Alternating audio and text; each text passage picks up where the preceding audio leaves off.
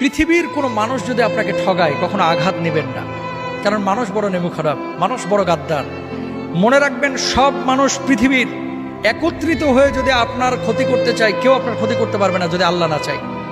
মানুষ মানুষকে ঠগাইতে পারে, সন্তান বাবাকে ঠগাইতে পারে, বাবা সন্তানকে ঠগাইতে পারে, স্বামী তার স্ত্রীকে ঠগাইতে পারে।